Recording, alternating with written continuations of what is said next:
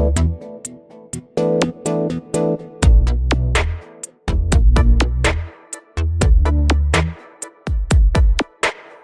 ಜನುಮವೇ ದೊರಕಿದೆ ರುಚಿ ಸವಿಯಲು.